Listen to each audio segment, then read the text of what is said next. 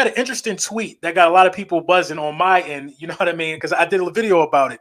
Because I've been comparing Jalen Hurts to Justin Fields since they were Heisman finalists together, along with Yeah. Chase, and who was it? Joe Burrow, who actually won it.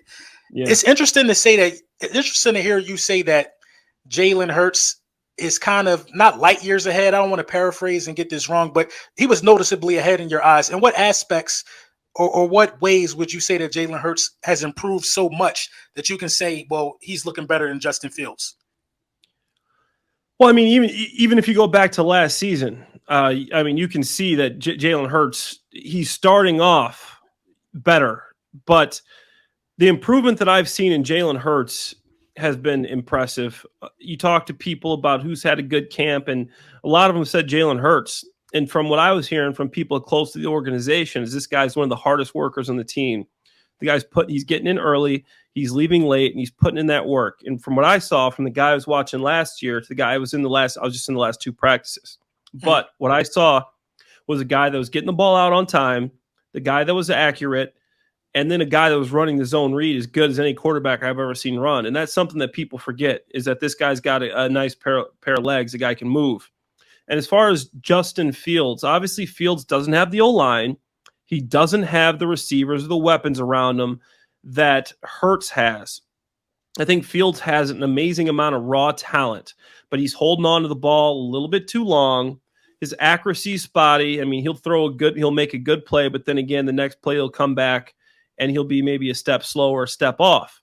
I think they both can have good years, but I am really excited to see what Hurts does this year, because the way he was performing in practice, I think this guy is just poised for a breakout season, and especially the way he's developed this chemistry with A.J. Brown and Dallas Goedert. Those are two guys he's looking for. Obviously, Devontae Smith has been out, and I'm sure he's going to get some of the balls, but the chemistry that Goedert, Brown, and Hurts have developed, it shows that they've put in the work this offseason to be ready for this and to be able to take this division. Yes, sir. Yes, sir. Yes, sir. Yeah. Lil Brunson back at you with the back at you, and I'm the best reporting on the Eagles. Listen, before we get into the meat and potatoes, I'm going to let you know that this video was brought to you by Manscaped. Big Manscaped in the building, man. Use code Brunson, say 20% off. Get yourself together. You know what I mean? Just get yourself together. Use code Brunson, say 20% off. Listen, let's talk about it real quick, man. Shout out to Clay Harbor for coming on yesterday and talking to us and giving us his insight so far from camp. You know what I mean? The earlier clip, you know what I mean? You heard the question asked. My man said he feel like Hurts is developing and showing improvement. So that's what I only care about what some of the ex-football players are saying who are there at camp. You know what I mean? It's a lot of people that can't pick up a 30-pound dumbbell telling you a lot of opinions about a physical contact sport, and it's just wild to me. But I will say this, man. The improvement is going to speak for itself. Jalen Hurts still got to do the work in the regular season, but it is what it is, man. Shout out to Clay Harbor, though, man. Definitely, man. Let's talk about some of these injuries for the Philadelphia Eagles before we get into these Day 9 camp notes. They did mention that Travis Kelce is having some cleaning done in his elbow. Basically, like when they cleaning out the elbow or a joint or something like that, they just cleaning out like dead cartilage. It's kind of like a knee scope. They go in there and scrape out all of that bad, dead, useless stuff that's causing pain and inflammation, and they get that out of there, and you got a clean bend area, to make all that movement and friction without all that gunk in the way. And it's something like that should be happening with Kelce. Don't quote me on that. I'm only speaking from experience because I had a couple knee cleanings. They were just knee scopes. So, you know what I mean? Not really too worried about that. They saying he should be ready to go by week 1. You know what I mean? But we'll see. He's a veteran and a pro. Smitty missed his 4th practice today. Smitty missed his 4th practice today, and they're talking about, the groin for Smitty. Now, the groin could be a tricky one. If you don't let the groin heal properly and you keep trying to rush a guy back, then you could be setting him up for like that hamstring issue with Julio Jones. That was another soft tissue situation. Being as though the Philadelphia Eagles are letting this guy really, really rest, he'll be ready and he'll be fine by week 1. You're talking about a guy that can run every route in the route tree with his eyes closed. He's not a guy that needs a lot of attention from the coaches. This guy came in talented. This guy came in proving his talent on the football field. So I'm not worried about Devontae Smith, or I'm not worried about all-pro center. I'm not worried about him. I'm not worried about those two guys. Come on, Jason Kelce and Devontae Smith are the last two guys I'm worrying about. They didn't tear nothing, so this is no cause for real concern for me. You know what I mean? These are two professionals just letting their body rest and getting ready, getting some minor tweaking done and getting ready for the long haul of the season. Have no worries at all. Now, with Kelce being down for a couple minutes and a couple practices in most of these preseasons, you give the opportunity to Cam Jurgens. Cam Jurgens goes out there, puts out some good practices, puts out some good film, gets more acclimated to the NFL way of things. With Smitty missing his fourth practice, you've seen the emergence of guys like Britton Covey, who's getting opportunities and his stock is rising.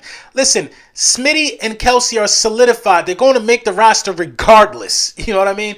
So this is just opening up opportunities for other guys. I mean, Jurgens was going to make the roster, but Britton Covey is really making a name for himself, and Jalen Reagor is really making a name for himself as well this camp. So if a guy to come down from an undrafted free agent or your first round pick, the Philadelphia Eagles will, in fact, decide Jalen Reagor, I believe, over Britton Covey. But these are two guys that's making noise by other guys missing, time, and they making the most out of it. So let's get into these notes, man. Zach Pascal had a one-hand catch on the ball from Jalen Hurts. That's what's up. Good to hear some things about Zach Pascal. Another guy that's possibly getting some opportunity because Smitty being down. Gardner Minshew was intercepted by Davion Taylor and Kayvon Wallace. And Kayvon Wallace tipped the ball. On the next play, Minshew was intercepted again by Kaiser White. However, both plays were described as balls that should have been caught by the receivers regardless. I don't like that. I do not like that. I don't like that. Talk about his interceptions the same way you would talk about anybody else's interceptions. I do not like that. He threw two picks. He threw two picks. I don't understand how. I didn't see the play, obviously, but they talk about a tipped pass that was caught by another player. I mean, how is that on a wide receiver if one of the passes was tipped? I don't like that. Keep it fair across the board. If you want to be fair about Gardner Minshew's camp, he's been throwing a lot of picks. Andre Cacheray showed some great closing speed while blowing up a pass to the flats. Hurts was targeting Quez Watkins a lot today, with all passes coming over the middle. Over the middle. Over the middle, ladies and gentlemen. We read these notes every day here. From various sources, we match them up and we see if they're accurate. I've been seeing the same thing. Jalen Hurts in this offense has been having an extreme emphasis on target in the middle of the field. And that's what you got to do to beat cover two zones. You got to. Deep up the middle of the field is always open during cover two. The seam in cover three is vulnerable, depending on which way that safety rolls. It's a lot of vulnerabilities in these zones. He got to get better at reading. It all starts from the middle out. If you're challenged at throwing, get the middle down pat. Get those tight, get those vertical passes up the middle down pat.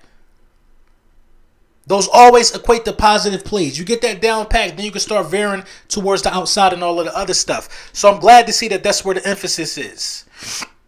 Devin Allen made two great catches in traffic on passes from Reed Sinet. Reed Sinet is having a good camp.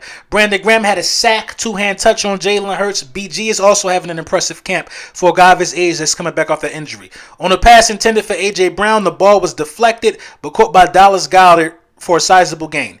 Minshew had a nice pass to Reagor on an intermittent crossing pattern. So it wasn't a lot that they reported on of day 9 from training camp. You know what I mean? The big story out of training camp today, in my opinion, is, the injuries to the stars. People, we don't need to freak out over this. You know what I mean? It's going to be okay. These guys are just basically getting touch-ups. That's all this is. Nobody tore an ACL or anything like that. We're still very, very healthy. You know what I mean? What is starting to worry me, though, about the construction of this roster is that we don't have a bona fide number 2 tight end, in my opinion. Now, Grant Calcaterra, I have high hopes for him. He's a rookie. I have high hopes for all of our rookies. You know what I mean? But he's had some concussion issues, and he's already out missing some training camp. You got to get a sturdy guy, because if Dallas Goedert has to miss a game or two for some touch-ups as well, you know what I mean? You could be looking real vulnerable right there. The chemistry between A.J. Brown, Dallas Goedert, and Jalen Hurts is there. That's great chemistry. I think I would say that, he has the best chemistry with Dallas Goedert and A.J. Brown so far. Now, Smitty ain't no slouch in the chemistry department, but you could tell where he's comfortable going with the football. You know what I mean? You could tell. So you got to get these guys up to speed, and you got to get somebody that can replace Goddard for meaningful minutes if it comes down to that. Let me know what y'all think in the comments, man.